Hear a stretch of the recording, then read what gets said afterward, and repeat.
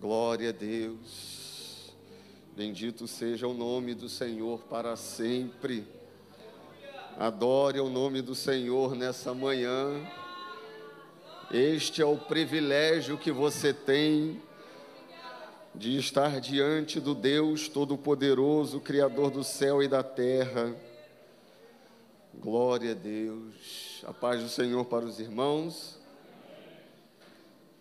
Alguma irmã, porventura, perdeu o seu relógio. Esse relógio enorme aqui. Se a irmã está preocupada, está aqui conosco, venha nos procurar depois para buscar o seu relógio. Abra sua Bíblia, por gentileza, Evangelho de Jesus, segundo escreveu São João.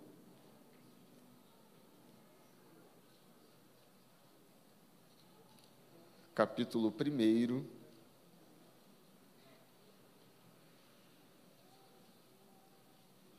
versículo de número 14.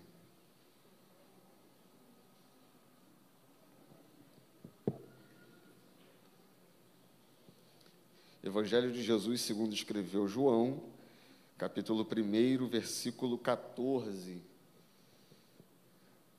Todos acharam? Amém?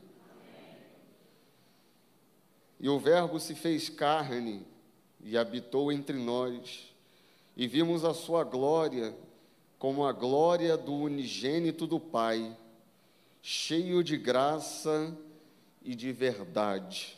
Eu vou ler novamente. O Verbo se fez carne e habitou entre nós, e vimos a sua glória, como a glória do unigênito do Pai, cheio de graça e de verdade. Os irmãos podem se assentar. Graças a Deus por essa manhã e por mais uma vez estarmos reunidos como Igreja de Cristo para participar da ceia do Senhor, sabendo nós que não foi com prata nem com ouro que fomos resgatados, mas com o precioso sangue de Jesus Cristo. Glória a Deus.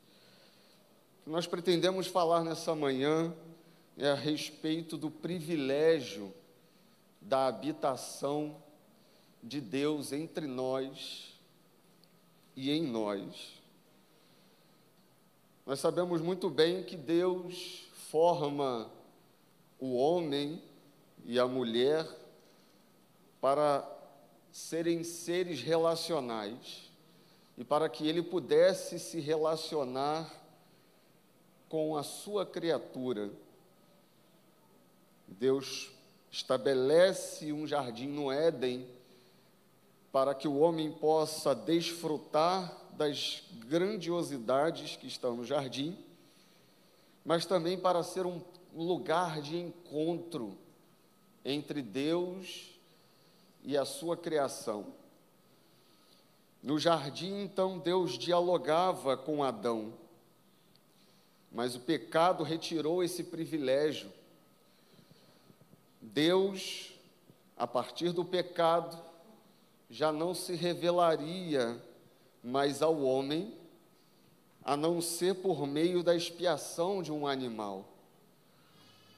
Segundo Hebreus, capítulo 9, versículo 22, e quase todas as coisas, segundo a lei, se purificam com sangue, e sem derramamento de sangue não há remissão.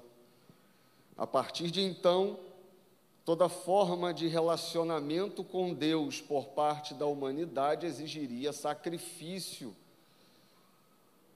e esse sacrifício deveria ser manifestado por nós, pelo povo, para que, por meio do sacrifício, o homem pudesse se aproximar de Deus novamente. Então, toda manifestação de Deus ao homem, a partir do pecado, passa a ser exclusiva e esporádica, e não uma constante. Deus se manifestava a Adão todo dia, na viração do dia, para dialogar com Adão, para se relacionar com Adão, porque esse sempre foi o desejo de Deus para com a humanidade. Mas por conta do pecado, essa revelação, essa manifestação se tornou exclusiva e esporádica, ainda assim demonstrando o interesse de Deus em dialogar com o homem, mesmo que caído. Vemos então Deus se manifestando a Enoque, Deus se manifestando a Noé, a Abraão, a Moisés, a Samuel, a Davi, a Elias, e a entre tantos outros homens que foram alvos dessa privilegiada manifestação do próprio Deus, e essa busca de Deus por um relacionamento com o homem. Porém, desde o princípio, o homem procura se esconder de Deus, principalmente por causa do pecado. Vemos que quando Adão e Eva tomam do fruto e comem, a primeira atitude ao ouvir a voz de Deus é se esconder. E essa atitude é uma atitude que vai ser repetida por toda a humanidade durante toda a história da existência humana. Por causa do pecado, o homem vai se escondendo de Deus. Contudo, o desejo de Deus ainda se manifesta na terra, e Deus insiste em tentar, em buscar um relacionamento com o homem. Deus então separa Abraão e a sua descendência para estabelecer um pacto particular, pessoal, com este povo. Deus então revela a sua vontade para os descendentes de Abraão, e dentre todos os povos da terra, Deus escolhe a descendência de Abraão como reino sacerdotal e povo santo. Quando Deus tira o povo de Israel do Egito e o leva a um lugar de encontro novamente, guarde isso, Deus estabelece o jardim no Éden como um lugar de encontro entre ele e o homem. Deus estabelece então o Monte Sinai como um lugar de encontro entre ele e o povo que ele havia escolhido. Esse lugar de encontro haveria ser o lugar da manifestação extraordinária de Deus para o seu povo. E a partir dessa manifestação, o pacto estabelecido entre Deus e o seu povo escolhido. Ele escolhe então o Monte Sinai como esse ponto de encontro, esse lugar de encontro, e estabelecimento do pacto com ele, entre ele e o seu povo. Se nós nos depreendermos em Êxodo capítulo 19, que é este momento de encontro entre Deus e Israel no Monte Sinai, Deus vai dizer para Moisés, para que Moisés repita ao povo: santifiquem-se ao Senhor, porque dentro de 3 dias eu vou me revelar. Imagina essa data estabelecida entre Deus e o povo, e a ansiedade do povo em conhecer de mais perto o seu próprio Deus. O povo vai responder para Moisés: tudo que o Senhor tem falado, nós faremos. O povo repete isso por 2 vezes. Quando Deus diz que vai se encontrar com todo o povo, e depois quando Deus diz que vai se encontrar com os principais, com os anciãos, com os sacerdotes, o sumo sacerdote Moisés. O povo vai dizer: tudo que o Senhor tem falado, faremos. Porém, quando Deus se manifesta no Sinai, e sabemos muito bem que não é uma manifestação que muitos de nós escolheríamos para vivenciar, porque o texto vai dizer que o monte começa a estremecer, fogo começa a sair do monte, uma fumaça muito escura e espessa começa a tomar o monte, as pedras começam a rolar pelo monte, é uma visão aterradora da glória de Deus. Mas quando Deus manifesta a sua glória ao terceiro dia, o povo se volta para Moisés e diz: Moisés, fala tu conosco e ouviremos, mas não fale Deus conosco para que não morramos. Mais uma vez o povo, apesar de ter dito tudo que o Senhor disser, faremos, quando eles se param, se percebem diante da majestade, da glória de Deus revelada no Monte Sinai, o povo dá um passo atrás e diz: espera aí, não é isso que eu quero para a minha vida, não é esta manifestação que eu quero vivenciar. E o mais interessante, que apesar de Moisés exortar ao povo dizendo: não temas, Deus veio para provar-vos e para que o seu temor esteja diante de vós, para que não pequeis, o povo insiste em não se aproximar. O texto, no capítulo 20, no versículo 21 de Êxodo, vai dizer: e o povo permanecia de longe. Deus querendo se manifestar ao povo, e o povo permanecendo de longe. Mas ainda assim Deus insiste em promover um relacionamento com o seu povo, em se aproximar do seu povo. Perceba que no primeiro ato, em Adão, ele se esconde, já quando da escolha de um povo santo, esse povo se mantém de longe, e o tempo todo Deus procura se aproximar da sua criação, se aproximar do seu escolhido, para manifestar a sua vontade ao seu povo. Deus ainda insiste com Moisés, e no capítulo 25 de Êxodo, versículo 8, ele diz: me faça um santuário, me faça um tabernáculo. Para quê? Para que eu habite no meio do povo. Olha só que afirmação gloriosa que Deus está dando para o seu povo. Por mais que queiram se esconder, por mais que queiram se manter longe, Deus ainda está dizendo: eu quero habitar no meio de vocês. Eu não quero ser um estranho no meio dos meus. Eu não quero estar distante daqueles que eu criei. Eu quero habitar no meio deles. Isso é estabelecido de uma maneira tão linda por Deus, que Deus vai dizer para Moisés: o tabernáculo que você vai edificar para mim, que vocês vão edificar, não vai ser num local distante do acampamento. O tabernáculo não vai ser alocado numa tribo especificamente.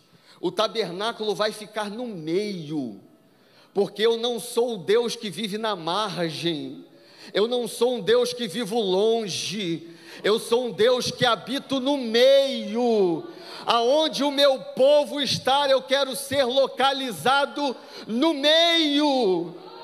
Eu não quero ser conhecido como um Deus que está distante. Eu não quero ser conhecido como um Deus que está alheio à vontade do meu povo. Eu quero estar no meio.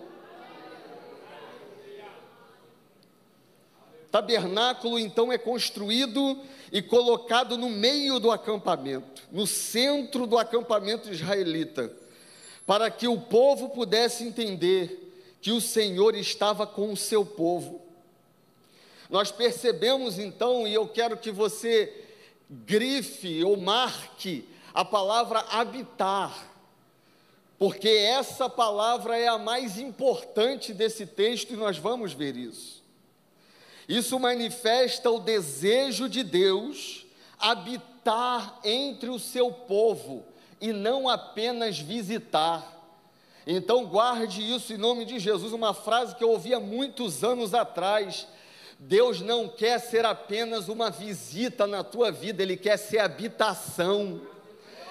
Deus não quer ser alvo de um relacionamento esporádico, Deus requer do seu povo um relacionamento contínuo. Glória a Deus. Só que ainda assim, essa habitação seria restrita, pois o povo não teria acesso direto a Deus, necessitando da mediação de um sumo sacerdote, que no dia da expiação, que acontecia apenas uma vez ao ano, o sumo sacerdote deveria, segundo Levítico capítulo 17 e 18, o sumo sacerdote, uma vez ao ano, ele ofereceria um novilho para a expiação do pecado e um carneiro para o holocausto. A congregação oferecia 2 bodes e um carneiro. O carneiro serviria para a expiação dos pecados do sumo sacerdote e da sua casa, e um dos bodes seria oferecido para expiação dos pecados de Israel. O sumo sacerdote, após oferecer tanto o novilho quanto o carneiro e o bode, ele deveria entrar com o incensário no lugar santíssimo uma vez ao ano, até a fumaça do incensário tomar todo o ambiente. E quando a fumaça do incensário tomava todo o ambiente do lugar santíssimo, o sumo sacerdote aspergia o sangue do novilho 7 vezes sobre o propiciatório com o seu dedo, com a ponta do dedo. Depois ele teria que aspergir o sangue do bode 7 vezes também sobre o propiciatório para a expiação do pecado de Israel. Após isso, o sumo sacerdote entrava com o segundo bode, o bode vivo, no santuário, e esse bode não seria sacrificado, mas o sumo sacerdote colocaria suas 2 mãos sobre esse bode, e de maneira audível confessaria todos os pecados de Israel, e depois esse bode era enviado para o deserto como bode emissário. Após isso, o sumo sacerdote tirava as suas vestes e se banhava, e depois vestia as vestes de sumo sacerdote, e por fim ele queimava a gordura da oferta pela expiação. Só assim a presença de Deus se manifestava uma vez ao ano. Eu quero que você guarde isso, para você entender o que você tem vivido nesse tempo, que nós temos o privilégio de viver nesse tempo, porque uma vez ao ano, Deus se manifestava no tabernáculo no dia da expiação. Você não precisa esperar uma vez no ano, basta dobrar o seu joelho na tua casa. O Deus Criador do céu e da terra se revela ao mais humilde dos homens. Por isso não perca a oportunidade de entrar na sala do trono e desfrutar da glória e da presença do Deus Criador dos céus e da terra. Bendito seja o nome de Jesus. Glória a Deus. Que privilégio é esse, meu irmão? Que privilégio é esse? Aleluia! Você não tem que esperar nada. Você não precisa esperar o profeta levantar a sua voz. Oh, glória! Você não precisa esperar o pastor iniciar o culto. Engrandecido, exaltado seja o nome de Jesus. Dentro do teu quarto, quando ninguém te vê, Deus está te vendo, e a presença dEle está com você naquele lugar. Engrandecido, exaltado seja o nome de Jesus. O tabernáculo seria o lugar da habitação de Deus, por um motivo muito interessante. O tabernáculo era móvel, não era estático. O que Deus estava querendo dizer para o povo é: eu não sou Deus parado, eu não sou Deus que estou assentado num alto e sublime trono somente. eu caminho no meio do meu povo.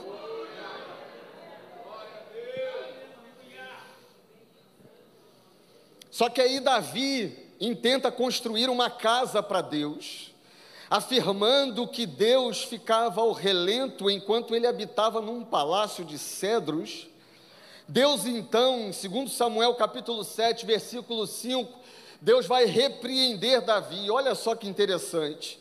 Deus usa o profeta Natã para dizer assim a Davi: edificar-me-ia tu uma casa para a minha habitação, porque em casa nenhuma habitei desde o dia em que fiz subir os filhos de Israel até o dia de hoje. Mas andei em tenda, em tabernáculo, e em todo lugar em que andei, todos os filhos de Israel, falei porventura alguma palavra com qualquer das tribos de Israel, a quem mandei apacentar o meu povo de Israel, dizendo: por que me não edificas uma casa de cedros? Note uma coisa, por que Deus está repreendendo a Davi pelo desejo de Davi de construir um templo? Porque um templo seria um lugar estático, parado. Um templo não se movimenta. Deus estava dizendo para Davi o seguinte: eu sempre fui um Deus que me movimento no meio do povo. Eu nunca fui um Deus que fica parado num lugar. Segunda coisa, quem edificava um templo para a sua divindade, entendia que estava encaixotando a sua divindade, controlando a sua divindade, e nenhum homem tem poder ou capacidade para controlar Deus, porque Ele não é controlável, porque Ele é criador e não criado, Ele é dominador e não dominado, Ele realiza e não é realizado. O teu Deus está acima de tudo e de todos. Ele está dizendo: eu não sou exclusividade de sacerdote, eu não sou exclusividade de profeta, eu tenho acesso livre ao humilde, quebrantado e contrito de coração.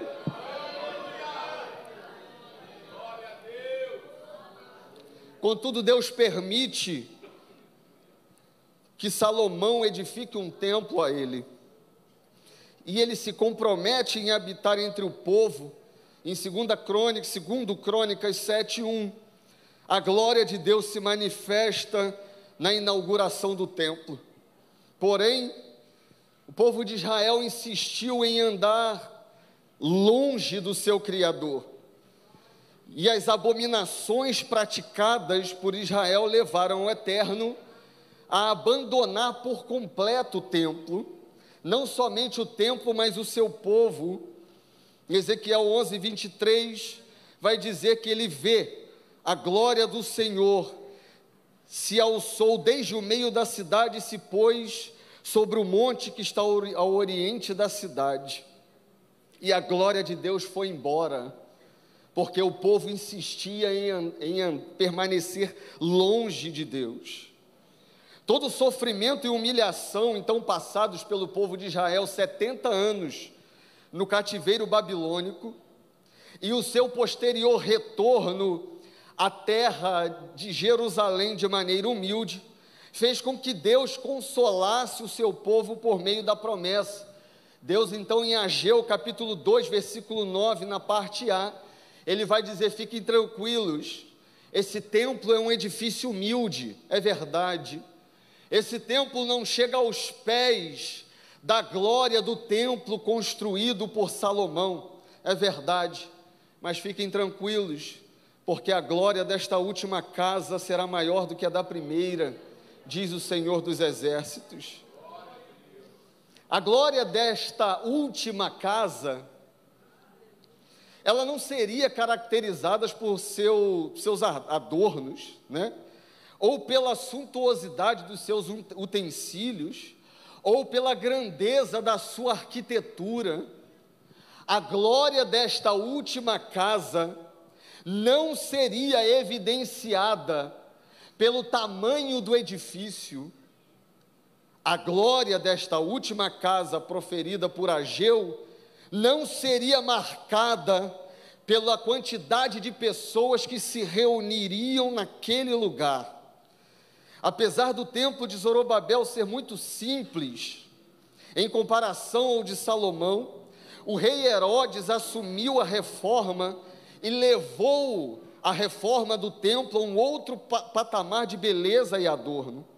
Contudo, a profecia de Ageu não se referia a isso, mas sim se referia à presença gloriosa de Jesus Cristo que entraria no templo. Deus então estava dizendo para o seu povo: eu quero tanto me relacionar com vocês, que eu vou assumir a forma de homem, eu vou me humilhar a mim mesmo, e com pés de carne, eu vou entrar no templo, e a glória desta última casa será maior do que a da primeira.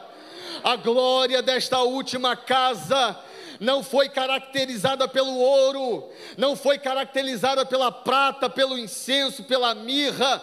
A glória desta última casa se evidenciou pela revelação do Deus que desceu na terra e se fez homem e habitou no meio de nós.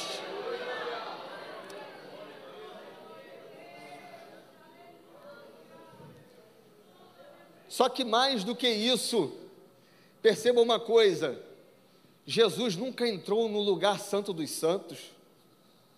Você já parou para refletir sobre isso?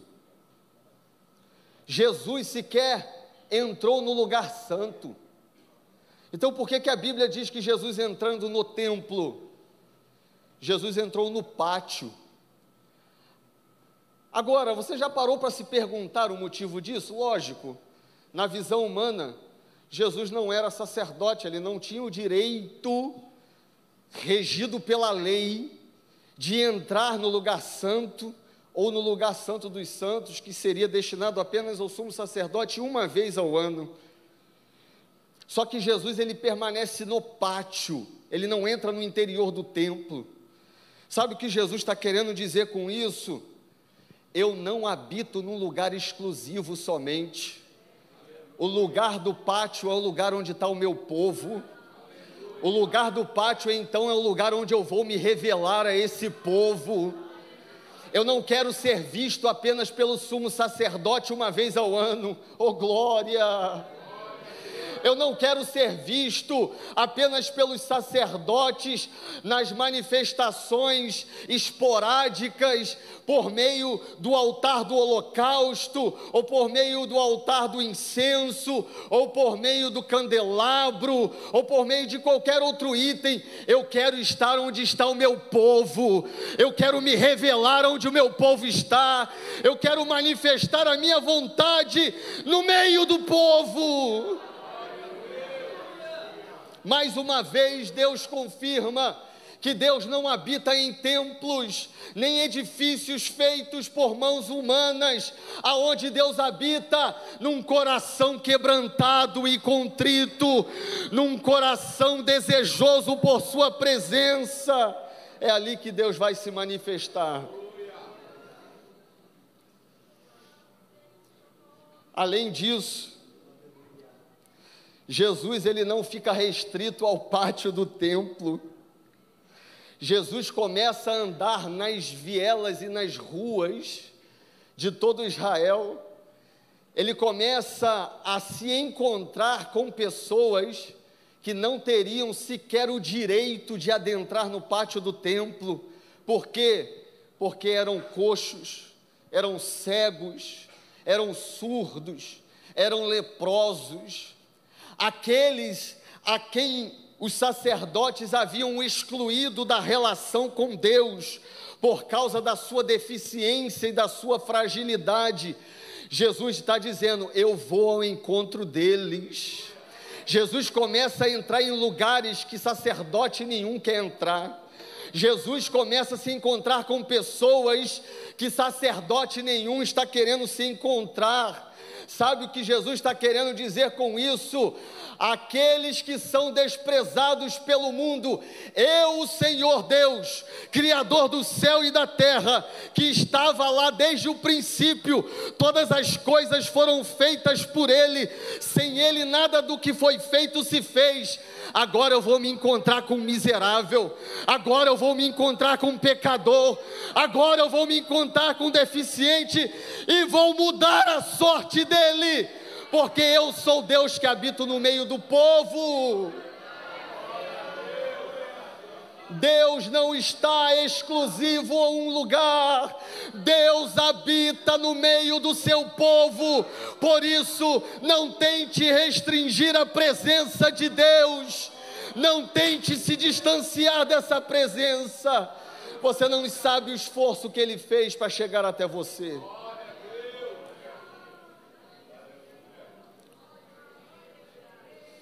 Agora, para nós começarmos a encerrar, você entendeu toda a caminhada da história da humanidade que Deus fez só para se revelar a você? Você já percebeu tudo que Deus fez desde a origem do mundo até chegar aqui na Assembleia de Deus em Mantiqueira e para se revelar a alguém como você? Infelizmente, apesar de todo o esforço da parte de Deus em se aproximar do seu povo, ainda há os que procuram seguir a Jesus de longe. Adão, por causa do pecado, quando ouve a voz de Deus, se esconde. Israel, por causa do pecado também, diante da magnificente glória de Deus, fica de longe. Pedro, quando percebe que Jesus vai ser condenado e vai morrer numa morte vexatória, o texto diz que Pedro segue a Jesus de longe. Quando eu leio esse texto, eu percebo que existem pessoas que querem estar com Jesus, melhor dizendo, quando Ele oferece milagres. Querem estar com Jesus quando Ele diz palavras maravilhosas de consolo, mas fogem de Jesus quando Ele oferece a cruz. Tem pessoas que se simpatizam com a presença de Jesus quando Ele oferece alguma coisa maravilhosa, mas quando Ele oferece a cruz, perna para que te quero. Mas existe uma ordem de Jesus para o seu povo: quem quiser vir após mim, negue-se a si mesmo, dia após dia tome a sua cruz e siga-me. O caminho do relacionamento com Deus não é um caminho fácil. O caminho do relacionamento com Deus não é um caminho muito prazeroso e agradável aos olhos, mas o caminho para o relacionamento com Deus ainda é o único caminho para a vida eterna e para a salvação.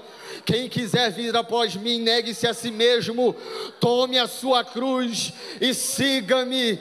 Pare de seguir Jesus apenas pelos milagres, pare de seguir Jesus apenas pelas promessas de bênçãos nessa terra. Jesus quer ser seguido por causa da cruz do Calvário, porque foi na cruz que Ele te redimiu do inferno e da morte eterna. Glória a Deus, glória a Deus. Nessa manhã nós estamos aqui não para desfrutar de um milagre somente, Nessa manhã nós não estamos aqui somente para manifestar uma gratidão a Deus por tudo que Ele fez na nossa vida terrena. Nessa manhã nós estamos, através da participação da mesa do Senhor, declarando: Jesus, eu quero carregar a minha cruz, eu vou sofrer como Cristo, para que possa viver com Ele eternamente.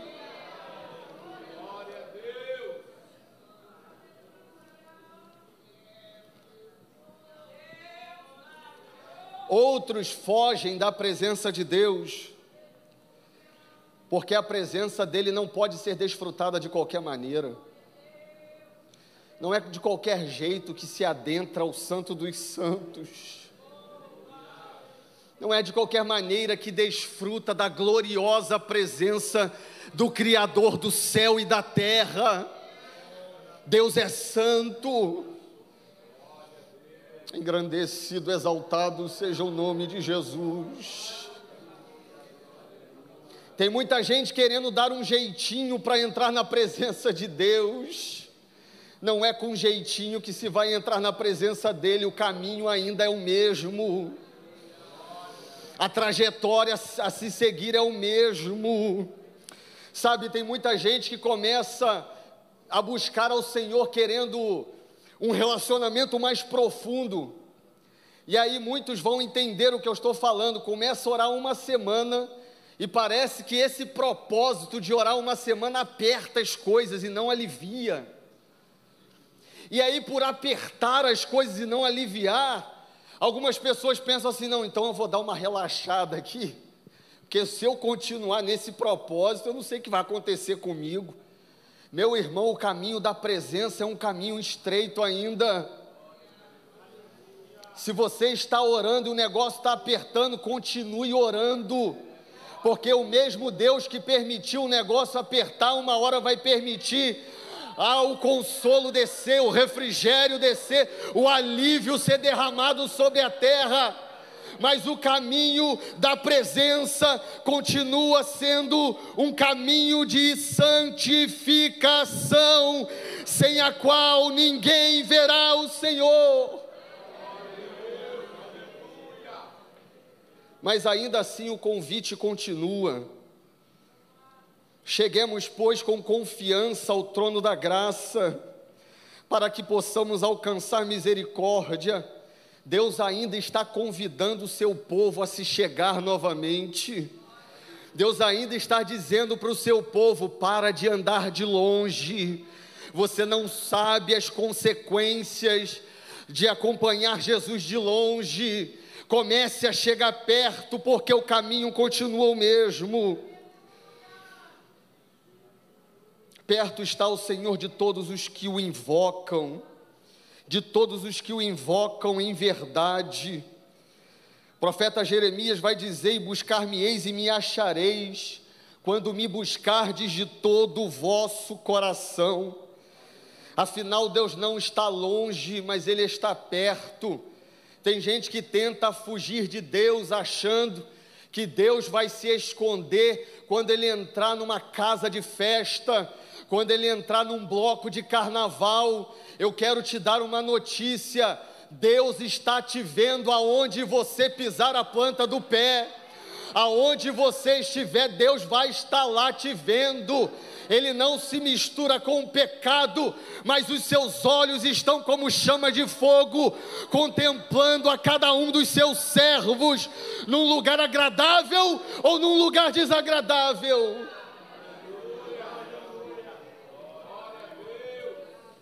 Deus fez o maior esforço, se assim podemos definir uma palavra para a atitude de Deus. Agora nós devemos fazer o nosso.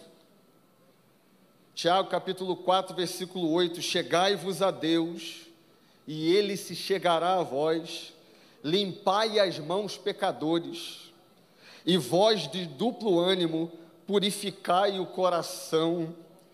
Afinal, Ele não habita mais em templo, Ele não habita mais num tabernáculo, mas assim como diz Isaías capítulo 57, versículo 15, porque assim diz o alto e sublime. Esse texto me encanta. Porque assim diz o alto e sublime, que habita na eternidade, e cujo nome é santo. Em um alto e um santo lugar habito, mas também habito num coração quebrantado e contrito.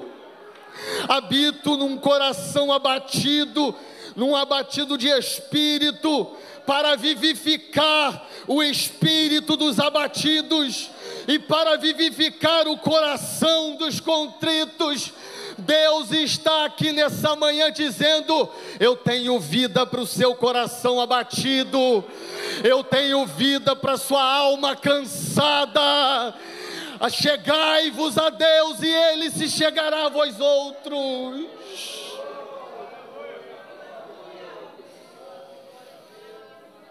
Engrandecido, exaltado seja o nome de Jesus. Nós não estamos aqui nessa manhã para passar 2 horas do nosso dia. Nós estamos aqui nessa manhã como igreja de Cristo Jesus, para dizer para o nosso Senhor: eu não estou aqui, Senhor, apenas pelo milagre. Eu não estou aqui apenas pela bênção que suas mãos podem oferecer. Eu estou aqui porque eu quero a tua presença. Entenda o privilégio que você tem nessa manhã. Você não precisa mais falar com Deus com um véu no meio. O véu já se rasgou e Ele quer falar com você face a face. Deus não quer apenas se revelar uma vez ao ano ou uma vez ao mês durante a ceia do Senhor. Ele quer se revelar a você todos os dias da sua vida. 1 Coríntios 6,19: ou não sabeis que o nosso corpo é o templo do Espírito? Lembra que eu falei para você guardar a palavra habita? O Deus, nós lemos isso em Isaías 57, Deus, Ele continua habitando num alto e sublime lugar. Ele continua habitando na eternidade, e Ele continua se chamando Santo. Mas agora, a partir do momento que o véu se rasgou de alto a baixo, Ele não habita mais num edifício de pedra, Ele decidiu habitar dentro de você. Ele decidiu caminhar na terra lado a lado contigo. Ele decidiu viver todas as suas experiências lado a lado com você. Deus está aqui nessa manhã dizendo: pare de tentar me seguir de longe, porque sou um Deus que habita dentro de você e quero me revelar à tua vida.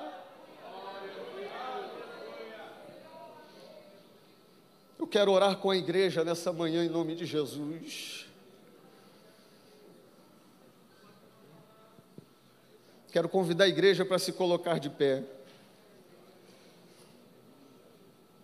O teu privilégio não foi o privilégio de Noé, que ouviu Deus algumas vezes na sua vida. Teu privilégio não foi o privilégio de Abraão, que foi chamado amigo de Deus, mas ouviu Deus apenas algumas vezes na sua vida.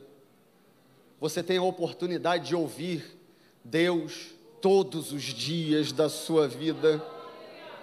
Teu privilégio não é o privilégio de Arão entrar no lugar santíssimo uma vez ao ano, e mediante todo o sacrifício ter a expectativa de se Deus vai se manifestar ou não. Você tem o privilégio de entrar no Santo dos Santos todos os dias da sua vida e acessar um lugar que os maiores engenheiros dessa terra não conseguem com sua intelectualidade, de compreender uma dimensão que nenhum filósofo dessa terra tem a capacidade de compreender. Que dimensão é essa? A dimensão do sobrenatural, aquilo que o olho natural não tem capacidade de enxergar, aquilo que o ouvido natural não tem capacidade de ouvir, e aquilo que a mente natural não tem capacidade de compreender. Desfrute disso nessa manhã. Oremos, Senhor meu Deus e meu Pai, nós te damos graças, Senhor, por este privilégio, ó Deus. Senhor, nós te damos graças, Senhor, porque temos a oportunidade de viver esta dispensação, de viver este tempo, onde o Teu Espírito não é derramado com medidas, onde o Teu Espírito não é derramado em eventos específicos, onde o Teu Espírito não habita num lugar inacessível, mas o Senhor está aqui nessa manhã, habitando no meio do Seu povo, caminhando na terra, dizendo que Tu és o Deus que anda no meio daquele que é quebrantado e contrito de coração. Senhor, desperta-nos para essa realidade, Jesus. Desperta-nos para a realidade, Senhor, de andarmos perto da Tua presença e não longe dela. Renova-nos, Senhor, nessa manhã, no desejo de andar, Senhor, dentro da dimensão do Teu Espírito e não à margem daquilo que o Senhor quer fazer em nós. Nós te pedimos e te agradecemos no nome de Jesus. Aleluia. Poder estar sentado, irmãos. Glória a Deus por esta palavra, porque o Senhor é bom, mas Deus continua santo, viu? Tem muita gente que precisa ouvir isso. Deus continua santo.